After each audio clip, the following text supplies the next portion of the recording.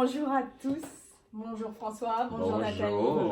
Je suis vraiment honorée de vous avoir en entrevue aujourd'hui. Mais nous aussi. On est venu à Bordeaux juste pour faire une entrevue avec toi. Génial. Ouais, vraiment. Merci, que ta volonté soit faite. Et voilà. Ok. Alors aujourd'hui, on vous voit beau, rayonnant, inspirant, des milliers, des millions de personnes. Et en fait, on a envie de vous demander, c'est quoi votre secret? Ouais. Ah, je vais laisser Nathalie répondre. S'il y en a un. Ben, le secret, c'est que on s'aime en toute simplicité. Je pense que c'est vraiment ça. T'sais, on se respecte comme couple, on respecte nos différences, puis c'est toujours rempli d'amour. Donc, fait que peu importe ce qui arrive, ben, on marche main dans la main, puis on traverse ce qui se présente à nous. Ouais. Et en fait, c'est une drôle, parce que je ne me suis jamais vraiment posé la question, c'est quoi notre secret? Comme elle a dit, on s'aime en simplicité, mais on est complices. Puis pour moi, pour nous, c'est vraiment important. Pour moi, c'est important, en fait. Pour nous, est-ce que c'est important? Est-ce que c'est vraiment important que pour nous, que ce soit important?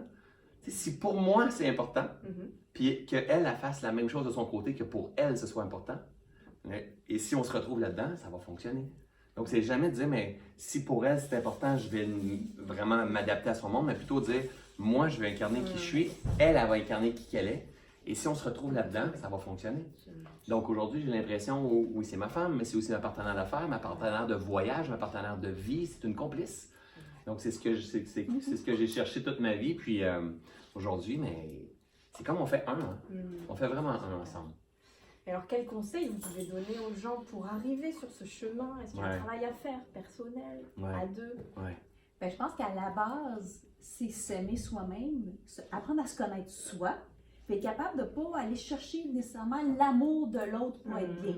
Si tu es bien et tu t'aimes toi, tu connais tes valeurs et tu sais ta valeur aussi à toi, mais après ça, quand tu rencontres la bonne personne, c'est facile de faire un match. Parce que toi, tu le sais, qu'est-ce que tu as besoin pour fonctionner. Puis là, tu rencontres la bonne personne après ça pour devenir comme juste faire deux, mais qui devient comme le couple. Ouais. Et en même temps, on dit ça, mais on l'a développé en avançant ensemble. Parce qu'au début, quand on était ensemble, mais je cherchais sa reconnaissance, elle cherchait ma reconnaissance, j'avais besoin d'amour à l'extérieur, mais avec le temps, on s'est rendu compte que si on continue comme ça ne fonctionnera pas. Parce que c'est comme si on mettait notre clé du bonheur dans les poches de l'autre. Et si je ne suis pas heureux, c'est de ta faute. Il y a quelque chose que tu fais qui fait que je ne suis pas heureux. Et comme si on prend Nathalie, mais elle a changé énormément dans les dernières années parce qu'aujourd'hui, elle a une confiance en elle, elle a une estime d'elle, elle comprend maintenant que si moi je ne suis pas là demain matin, mais c'est une femme extraordinaire qui peut se refaire demain matin. Et c'est super important que dans un couple, on soit capable de saisir ça. Parce que le jour où est-ce qu'on arrive à saisir que même si l'autre n'est pas là, on s'aime assez pour dire « un peu, je suis une personne exceptionnelle », à partir de ce moment-là, tu ne te casses plus, tu n'es plus en train d'être en insécurité. Tu dis « je vais tout donner à ma partenaire que j'aime énormément ». Parce que quand je la vois rayonner, je l'aime tellement, quand je la vois rayonner, ça me fait rayonner, ça me rend bien. Et je me pose plus de questions si c'est la bonne personne. Et si un jour, parce que nous on est mariés depuis 1 an maintenant, ça fait 11 ans qu'on est ensemble, mais ça fait 1 an qu'on est mariés, et on dit souvent dans les retraites, je le dis, c'est peut-être que dans 5 ans on ne sera plus ensemble, moi et Nathalie. C'est comme je dis souvent, vous allez mourir, on va tous mourir. Mais peut-être que dans 5 ans, dans 10 ans, on ne sera plus ensemble. Mais d'ici là, on s'assure d'entretenir notre jardin. Puis probablement que dans 50 ans, on va être encore ensemble. Mais il n'y a rien d'acquis au travers de tout ça. Donc toujours, jamais prendre l'autre pour acquis, apprendre à s'aimer, apprendre à respecter nos différences, puis évoluer en même temps. Ça, c'est super important. Et puis œuvrer ensemble, c'est ce que vous œuvrer faites ensemble. Ouais, vraiment. Vraiment. Avec des valeurs communes. Est-ce que c'est... Parce que dans votre programme et dans vos enseignements, vous parlez beaucoup de valeurs, il faut connaître ces valeurs. Mais au sein du couple, est-ce que c'est primordial? Est-ce que c'est important d'avoir les mêmes valeurs? Comment... Pas nécessairement d'avoir les mêmes valeurs. Moi, j'ai les miennes, lui, il a les siennes, mais c'est important de connaître les valeurs de l'autre. Pour savoir, parce que moi, je le sais que quand il commence à s'éteindre, c'est parce que là, ses valeurs sont plus là. Et je me permets de lui rappeler, et vice-versa, c'est la même chose pour lui. Quand il voit que je suis en train d'être sur une petite pente descendante, il se permet de me dire, OK, ça se peut qu'il y ait des choses qui soient moins alignées présentement. Fait qu'on n'a pas les mêmes, mais par contre, on a des valeurs conjointes en tant que couple aussi. Mais on a beaucoup de valeurs qui se ressemblent quand même. Mais comme exemple, Nathalie, elle a la valeur de la justice. Moi, la justice, il est là, mais... Loin. 10, 12, 15, là. Hein? Tu comprends?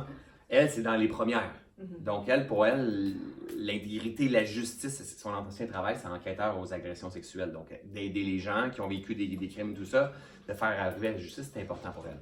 Mais on a la valeur de la découverte, on a la valeur du plaisir, on a la valeur de la connexion, de la liberté, de la légèreté commune au travers de tout ça. Et c'est un must.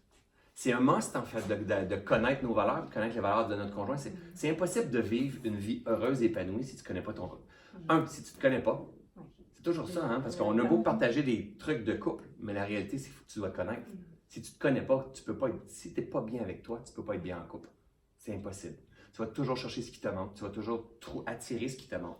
Donc, tu dois apprendre à te connaître tes propres valeurs. Puis une fois que tu connais tes propres valeurs, t'aimer assez pour t'offrir une personne qui va faire vibrer tes propres valeurs quand tu vas être avec elle.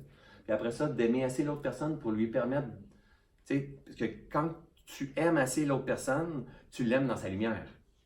Et dans sa lumière, c'est ses valeurs qui apportent sa lumière. Donc, tu vas l'aimer assez pour l'aider à créer un environnement pour qu'elle soit dans ses valeurs. C'est la base, en fait. C'est la base. C'est simple, mais quand on l'entend pour la première fois, c'est compliqué. C'est comme, mais qu'est-ce qu'il dit? Je comprends rien de ce qu'il dit. Donc, connais-toi toi-même. Hein, c'est Voltaire, je pense qu'il disait ça. Connais-toi toi-même. J'ai fait une formation avec Voltaire aussi. Oui, c'est ça. Gandhi et Einstein, c'est toute la même formation. Bouddha aussi, oui, Bouddha aussi. Et Jésus. Oui, c'est ça. Et en fait, oui, c'est ça. Et en fait, c'est ça, ça revient toujours à ça, que ça soit pour créer l'abondance dans notre vie, pour avoir des gens dans nos salles, que les gens, des amis, que les gens nous collent dessus, c'est toute une question de valeur, parce que les valeurs, c'est ce qui incarne, c'est ce qui amène ta lumière, c'est ce qui amène ton taux vibratoire. C'est la même chose. Donc, quand je vois ma femme rayonnante avec son grand sourire, des étoiles dans les yeux, c'est parce qu'elle est en alignement avec ses valeurs. Vous êtes beau et inspirant, donc merci pour tout ça. Ouais, ça nous fait plaisir. Est-ce que, et moi, j'espère que vous aussi. Vous parlez d'un travail sur vous. Est-ce qu'il y a besoin de faire ce travail avant la rencontre?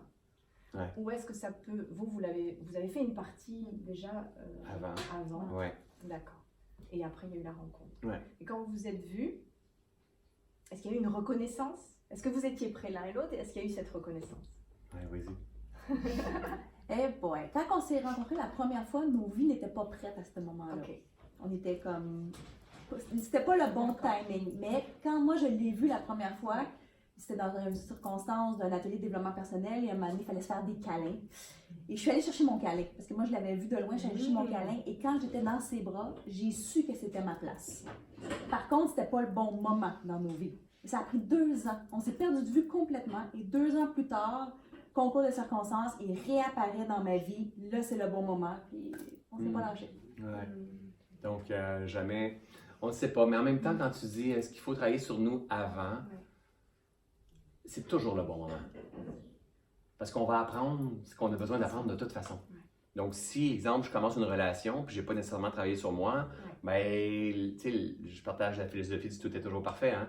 Donc, en fait, la réalité, c'est que je vais souffrir, il va y avoir des résistances, des contractions, ça ne se passera pas comme on veut. Donc, je vais avoir besoin de travailler sur moi pour transcender cette résistance-là. Et quand je vais me ramasser toute seule, il va falloir que je travaille encore sur moi parce que je vais peut-être penser que je ne serai plus jamais en relation, je ne serai plus jamais en couple. Il va falloir que je travaille sur moi pour venir enlever ces cadenas-là, ces paradigmes-là. Donc, en fait, la question, c'est toujours le temps de travailler sur soi. Il ne faut pas attendre d'être prêt. Moi, j'ai jamais... Si j'avais attendu d'être prêt, tu ne serais pas assis ici à côté de moi parce que tu n'aurais jamais fait reset avec moi. Je ne serais jamais ici dans une tournée de conférence. Je n'aurais jamais écrit un livre. Jamais. Ça, c'est vraiment une clé énorme. C'est attendons pas d'être prêt, go with the flow et on va apprendre ce qu'on a besoin d'apprendre dans le travail. Que ce soit seul ou en couple. Ou seul ou en couple. En tout cas, mais il faut accepter et avoir l'humilité d'apprendre. Ça, c'est ça qu'on n'a pas souvent en couple. C'est comme moi j'ai compris, toi t'as compris, puis c'est ça ou pas du tout. Mais non, c'est comme OK, faut mettre. Tu sais, quand on dit mettre de l'eau dans notre vin, c'est plutôt prendre la hauteur, s'ajuster, puis avoir l'humilité de dire c'est vrai, peut-être que ma façon de fonctionner n'est pas juste, peut-être pas cohérente. Et ça me prend beaucoup d'humilité pour avouer que je manque d'estime, j'ai peur que tu t'en ailles ailleurs, je suis insécure ou. C'est grandir ensemble. Et c'est un privilège quand tu peux avoir une autre personne avec qui tu peux échanger comme ça. C'est un privilège de vivre à deux. Mais vivre seul aussi, ça demande à travailler sur soi. Vraiment. Et comment vous faites, vous, pour ces contractions, ces moments? Mais en fait, nous, on a établi des règles. OK. Ouais, 2 grandes règles de base pour que ça fonctionne. Est-ce que tu veux les dire? Voilà! 2 grandes règles, c'est super important que vous soyez très attentifs. Là. La première règle, François a toujours raison. OK. Et la deuxième Et règle? la deuxième règle, en cas de doute, réfère-toi à la première règle. Et voilà, dans ce cas-là, ça se fonctionne super bien. Super. Vraiment, je vous suggère tout d'appliquer cette règle-là. Et c'est des blagues, on comprend, hein?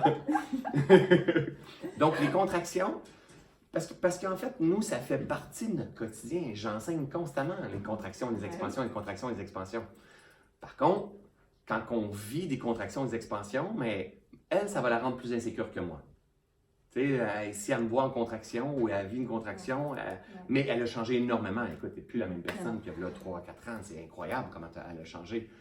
Mais non, moi, aujourd'hui, mais je l'accueille. Voici ce que je fais comme expérience présentement.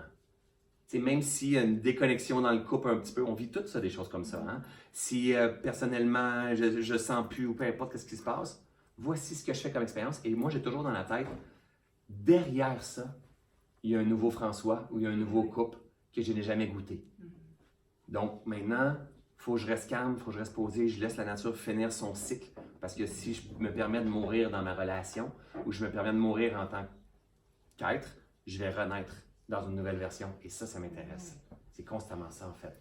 Donc c'est s'en remettre à plus grand puis de comprendre. Et le jour où il n'y a plus de cohérence dans les valeurs, il n'y a plus d'amour. Quand on est couché ensemble, on ne se sent plus à notre place. Mais là, c'est le temps de bouger. Mais ça, on n'a pas ça, on entretient constamment. Super. Merci infiniment pour ces conseils précieux. Ça nous fait plaisir. Voilà. Est-ce que vous avez d'autres choses à partager, à véhiculer? J'ai pas mis de lien là. Écoute, vos programmes, ce que vous mettez en place? Peut-être. En fait, si vous voulez, il y a peut-être le livre « Tout est toujours parfait ». Souvent, cette philosophie-là, on a de la difficulté. C'est pas vrai que tout est toujours parfait, mais au petit niveau de conscience, c'est vrai que c'est pas tout parfait. On est en résistance et tout ça. Mais quand on prend de la hauteur, puis on s'élève, puis on se reconnecte, on se rend compte que tout est parfaitement orchestré pour nous emmener à la reconnexion de qui nous sommes vraiment, pour nous emmener à un éveil de conscience. Et que ce soit notre père, que ce soit notre mère, que ce soit notre ex, que ce soit le couple qu'on est en train de vivre, les enfants de mon conjoint, tu sais, les gardes partagés, tout ça, les enfants qui nous font réagir, tout est parfaitement orchestré pour nous faire réagir et nous ramener à la reconnexion de qui nous sommes. Donc, faisons confiance à ce processus-là et apprenons à éveiller nos consciences. Puis, oui, il y a des programmes, mais il y a aussi plein de gratuité sur les réseaux sociaux. Tu sais, on doit se former, on doit avoir l'humilité. Être un être humain accompli, c'est un être humain qui va avoir l'humilité de dire « Est-ce que je peux m'améliorer? » et d'aller chercher les outils qui sont disponibles, que ce soit en formation, que ce soit dans des retraites, que ce soit dans la gratuité sur le web. Maintenant, c'est disponible partout. Ou avec des beaux vidéos comme tu es en train de proposer, en fait. Vraiment. Donc, regarde, fais juste regarder. Tu ne peux pas voir, mais ces étoiles dans les yeux, c'est clair que ce qu'elle fait présentement est en alignement avec ses valeurs. C'est clair. Et c'est ça qu'on doit voir. Quand on voit que ce soit ta femme, ou que ce soit la personne qui t'interviewe, ou un client, ou que ce soit quelqu'un avec qui tu travailles, si tu vois des étoiles dans les yeux, on a juste envie, c'est attractif tout ça. C'est ça qu'on doit suivre. C'est la lumière, en fait. On va simplifier. C'est la lumière. Tu veux voir tes enfants heureux, tu veux voir ton conjoint, ta conjointe heureux, tu vois. Mais il faut qu'il y ait de la lumière. C'est la lumière, tu es à la bonne place. S'il n'y a pas de lumière, il y a quelque chose à ajuster. C'est ça. Merci parce que ces étoiles dans les yeux. Mais oui, on les voit. Aussi. Et grâce à tous tes enseignements et à tout ce que vous véhiculez ensemble. Donc, merci. Merci infiniment. Ça me fait plaisir. Merci. Et puis, belle conférence pour ce soir. Oui. On sera là. Génial. Merci. Merci à vous. Merci. Je vous aime, je vous adore. On se voit très bientôt. Bye tout le monde.